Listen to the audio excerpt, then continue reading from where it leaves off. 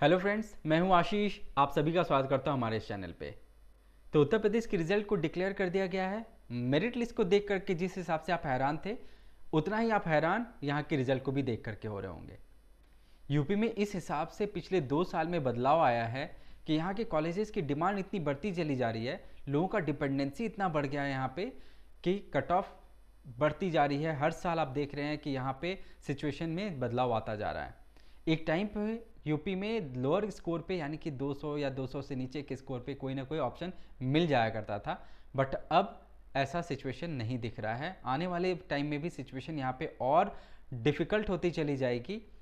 आपको आज के समय में ये बहुत ज़रूरत होता है कि आप अपने बैकअप प्लान के बारे में ज़रूर सोचें, क्योंकि हो सकता है आप किसी एक काउंसलिंग प्रोसेस में आप अटेंड करें, वहाँ पे कोई अलॉटमेंट ना मिले और इससे निराशा तो ज़रूर होता है, बट अगर आप बैकअप प्लान के साथ में रहेंगे तो आप शायद कहीं ना कहीं सीट ज़रूर ले पाएंगे।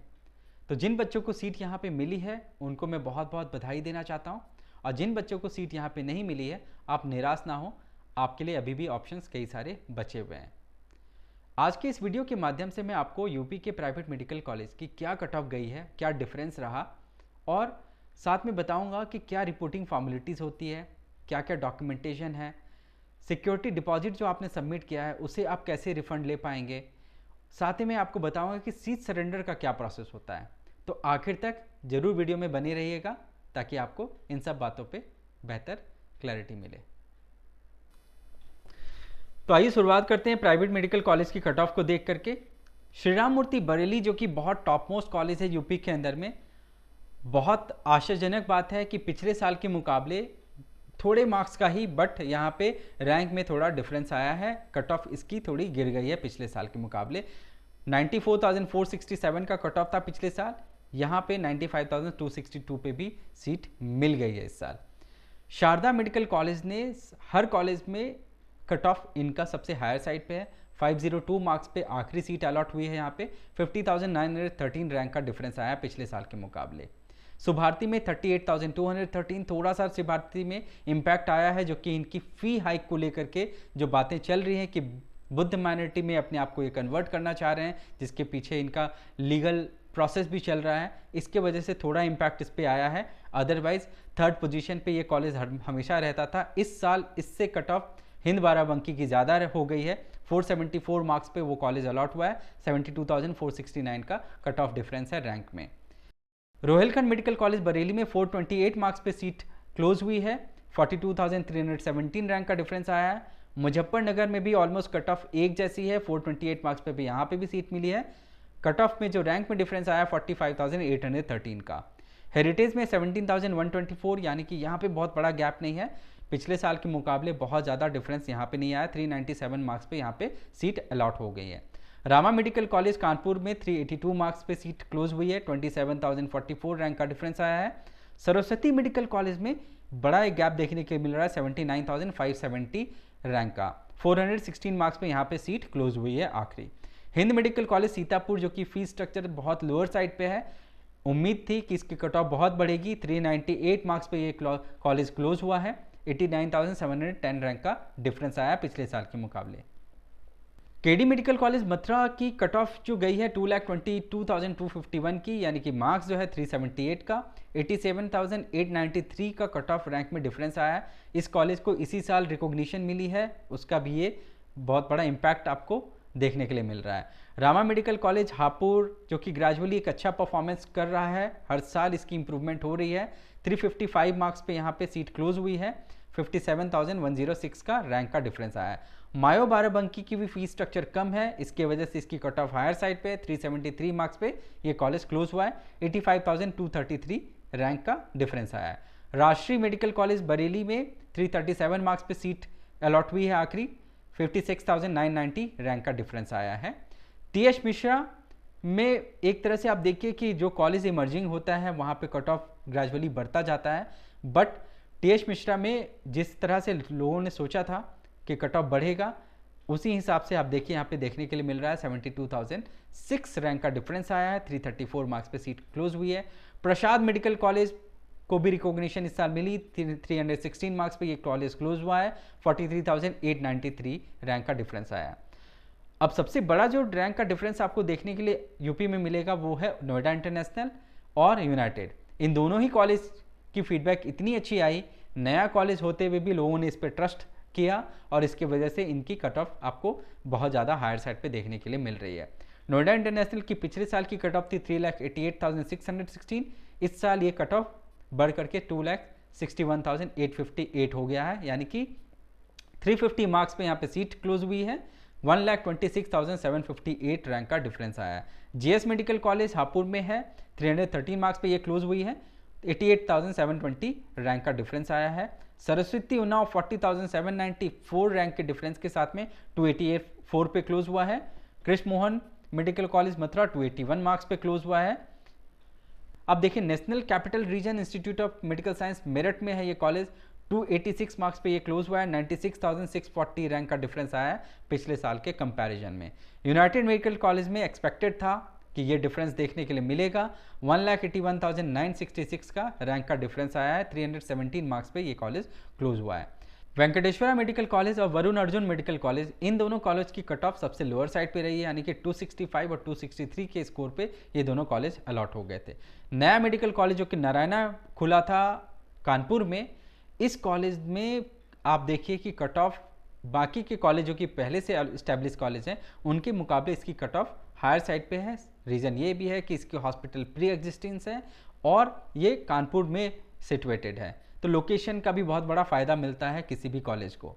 बाकी के माइनॉरिटी कोटा में जो कॉलेजेस हैं जिनमें, अब आइए देखते हैं तीर्थंकर महावीर मेडिकल कॉलेज में माइनॉरिटी कोटा में कितनी कट ऑफ गई थी। 152, यानी कि बहुत कम स्कोर पे यहाँ पे सीट मिली है। एरा मेडिकल कॉलेज में 245 पे सीट मिली है माइनॉरिटी कोटा में, इंटीग्रल में 190 में, करियर में 153 और एफएच मेडिकल कॉलेज में सबसे बॉटम रैंक पे अलॉट हुई है सीट माइनॉरिटी कोटा में, यहाँ पे 111 का स्कोर गया है। अब ये रिपोर्टिंग की जो फॉर्मेलिटी है वो इस तरीके से, आपको डाउनलोड करना है अपना अलॉटमेंट लेटर, डीडी आप प्रिपेयर करिए, रिपोर्ट करिए नोडल सेंटर में, और ये नोडल सेंटर वो नहीं होगा जहाँ पे आपने डॉक्यूमेंट वेरीफाई किया है। अब नोडल सेंटर आपके कॉलेज के अलॉटमेंट के हिसाब से डिसाइड किया जाता है। आप नोडल सेंटर को चेक करिएगा कि कहाँ पे आपका ये सेंटर पड़ा है, वहाँ पे आप जाकर के रिपोर्ट करिए। रिपोर्टिंग के टाइम पे आपको मैंडेटरी है सारे ओरिजिनल डॉक्यूमेंट जो कि आपने वेरिफिकेशन के टाइम पे वहाँ पे वेरीफाई किया था, वेरिफिकेशन स्लिप ले जाना नहीं भूलिएगा। डीडी आपको फिर से director general medical education and training के नाम से बनाना है। आप एक बार जब नोडल सेंटर पे रिपोर्ट करेंगे, ओवरऑल प्रोसेस ये है कि आपको कम से कम 4 से 5 घंटे का टाइम लगता है। कई बार ऐसी सिचुएशन भी आई है जहाँ पे मेडिकल चेकअप भी वो मैंडेटरी कर देते हैं, तो इस केस में आपका सुबह से शाम तक का भी टाइम निकल सकता है। तो आप सफिशिएंट टाइम लेके चलिए, बट एक दिन आपके लिए सफिशिएंट होगा रिपोर्टिंग के लिए। रिपोर्टिंग कर देने के बाद में आप रिपोर्ट कर सकते हैं फाइनली कॉलेज में जा करके, अगर आपका फर्दर अपग्रेडेशन का प्लान नहीं है तो। ये लिस्ट ऑफ डॉक्यूमेंट हैं, 10th एंड 12th की मार्कशीट, 12th का पासिंग सर्टिफिकेट, माइग्रेशन, टीसी या फिर SLC, allotment letter, application print out जो आपकी वेरिफिकेशन स्लिप आपको मिली थी वो, NEET admit card, score card, साथ में पासपोर्ट साइज फोटो सफिशिएंट रखिएगा। Gap certificate college to college vary करता है, तो ये इंस्टीट्यूशंस के लेवल पे आपको चेक करना होगा। बेसिक सा फॉर्मेट है, आप आराम से कहीं पे भी 1 घंटे के टाइम पे बनवा सकते हैं। अब ये अपग्रेडेशन का प्रोसेस है। अगर आपको बेहतर कॉलेज में अपग्रेडेशन चाहिए जो कि यूपी में बहुत मुश्किल है, राउंड 2 में कट ऑफ बहुत ज़्यादा बढ़ जाती है, तो आप अपग्रेडेशन का उम्मीद ना रखिएगा। अगर फिर भी आप अपग्रेडेशन करना चाहते हैं तो आपको अपना अलॉटमेंट लेटर डाउनलोड करना है, डीडी बना करके आप रिपोर्ट करेंगे नोडल सेंटर पे, और इसके बाद में आप अपने प्रोसेस को वहाँ पे स्टॉप कर सकते हैं। आपको फर्दर कॉलेज में रिपोर्ट करने की ज़रूरत नहीं है। ऐसे केस में आप राउंड 2 में चॉइस फिलिंग करेंगे, इसके बेसिस पे अगर कोई कॉलेज अलॉट होता है तो आप अपग्रेडेशन के बाद में सेम प्रोसेस फॉलो करेंगे नोडल सेंटर पे रिपोर्टिंग का। अदरवाइज जो प्रीवियसली अलॉटेड कॉलेज है वहाँ पे जाकर के आप फर्दर फॉर्मेलिटीज़ कंप्लीट करेंगे, जिसमें कि आपकी हॉस्टल अलॉटमेंट यानी कि हॉस्टल की फीस आप पे करेंगे, सिक्योरिटी मनी आप पे करेंगे 3 लाख रुपीज़ की, जो कॉलेज टू कॉलेज वेरी करेगा, यानी कि माइनॉरिटी कॉलेज में वेरी करता है, बाकी के नॉन माइनॉरिटी कॉलेज में 3 लाख रुपीज़ फिक्स्ड है। और साथ में आप वहाँ पे अपनी मिसलेनियस फीस भी पे करेंगे, यूनिफॉर्म्स वगैरह की आप साइज़ वहाँ पे देंगे, यहाँ पे आपका प्रोसेस कंप्लीट हो जाता है। कई कॉलेजेस आपको अप्रोच करेंगे कि आप अगर वहाँ पे रिपोर्ट नहीं करते हैं तो आपकी सीट कैंसिल हो जाएगी। तो अपग्रेडेशन के लिए अगर आप जा रहे हैं तो आपके लिए कोई ज़रूरत नहीं है कि आपको रिपोर्ट करना ही है। अगर आपने नोडल सेंटर पे रिपोर्ट कर दिया है तो आपको डेडलाइन मिस होने का डर नहीं होना चाहिए। आप रिपोर्टिंग नोडल सेंटर के टाइम फ्रेम के हिसाब से करिए। अगर उसके बाद में आप अगर आखिरी दिन भी रिपोर्ट कर रहे हैं और आपके पास समय नहीं है, आप उसके बाद में भी अगर कॉलेज जाते हैं तो आपको किसी तरह का कोई भी प्रॉब्लम नहीं होगा। तो अपग्रेडेशन के केस में आपको कॉलेज में फाइनली रिपोर्ट करने की ज़रूरत नहीं पड़ती, आप बाद में भी रिपोर्ट कर सकते हैं। अब ये सीट सरेंडर का प्रोसेस ये है। पहला ऑप्शन ये होता है कि अगर आपको किसी दूसरे स्टेट में सीट मिल गई है, ऐसे केस में आप यहाँ की सीट छोड़ना चाहते हैं एडमिशन लेने के बाद, तो आपकी जो ट्यूशन फीस है उसमें से 10% आपकी फ़ीस कट जाएगी और बाकी का आपको रिफंड दे दिया जाएगा। इसके लिए प्रोसेस ये होता है कि आपको 10% जो फीस की अमाउंट है इसका आप डीडी बना करके लेके जाएंगे नोडल सेंटर पे। अब वहाँ पे आप सबमिट करेंगे और बाकी के पैसे आपको रिफंड प्रोसेस कर दिए जाएंगे। सेकेंड ऑप्शन ये है कि अगर आपको पर्सनल रीजन की वजह से सीट छोड़ना है तो ऐसे केस में आपकी 50% ट्यूशन फीस आपकी कट जाएगी और बाकी के पैसे आपको वापस कर दिए जाएंगे। बट इन दोनों प्रोसेस के लिए आपको एक टाइम फ्रेम दिया जाएगा जो कि यूपी DGME द्वारा नोटिफाई किया जाएगा। यूजुअली प्रोसेस ये होता है कि सेकेंड राउंड की चॉइस फिलिंग के 2 दिन पहले तक आपको ये डिसीजन ले लेना है कि आपको कंटिन्यू करना है या नहीं कंटिन्यू करना है। सिक्योरिटी डिपॉजिट का रिफंड का प्रोसेस ये होता है, जिनको अलॉटमेंट नहीं मिली है आप राउंड 2 के बाद में उसी नोडल सेंटर पे जहाँ पे आपने डॉक्यूमेंट वेरीफाई किया था वहाँ पे जा करके आप अपनी डीडी वापस ले सकते हैं। जिन बच्चों को सीट मिली है आपका रिफंड आपके उस अकाउंट में ही प्रोसेस किया जाएगा जो आपने फॉर्म फिलिंग के टाइम पे मेंशन किया था, और ये प्रोसेस होगा आपके स्टे वैकेंसी राउंड के कंप्लीशन के बाद में। यानी कि इस साल अगर स्टे वैकेंसी राउंड मार्च में कंप्लीट हो रहा है तो आप अप्रैल से मई के बीच में आप अपने रिफंड को एक्सपेक्ट कर सकते हैं। तो इस अमाउंट को आप अपनी फीस में कैलकुलेट बिल्कुल भी मत करके चलिएगा। अगर आपको हमारी पेड काउंसलिंग सर्विसेज की रिक्वायरमेंट हो तो हमारी 7678676001 पे आप कॉल कर सकते हैं ताकि हमारी टीम आपको इस पे हेल्प करे। उम्मीद करता हूँ कि आपको हमारा ये सेशन पसंद आया होगा यूपी के ऊपर में। आगे इसी तरह के कंटेंट मैं आपके साथ में ले करके शेयर करता रहूँगा। हमारे साथ जुड़े रहिएगा। हमारा ये वीडियो आपको पसंद आया है तो हमारे चैनल को जरूर से लाइक करिएगा, सब्सक्राइब करिएगा, शेयर करिएगा। All the best. Say hello to GMU, the one-stop shop for all your admission needs. We introduce you to the finest universities and help find the best fit based on your profile. We help with applications and assist with documentation, visas and even accommodation. With over a decade's worth of experience, 40 university partners in 10 countries worldwide and more than 5,000 satisfied students, GMU does it all. Fix a meeting with us today.